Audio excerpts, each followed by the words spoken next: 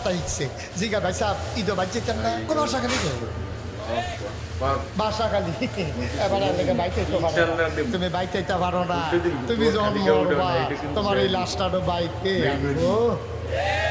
ঈদের বেলা বাইতে পারো না, সারা প্রতিবেশী তোমার কাছে তারা তোমার কাছে হক, তারা 2 কাপ চা খাওয়াইবা, তারা যেগুলো মাঝে মাঝে গরু জব করে খাইলে তোমার আল্লাহ তৌফিক দিছে, তোমার বাসা খালি এলাকা তুমি বাইতে পারো না। লাশ চাই কেমনে? হ্যাঁ যদি গ্রামের তারা কইতো তুমি যখন বাইতে হলে সময় পাও না, লাশ সময় হলো না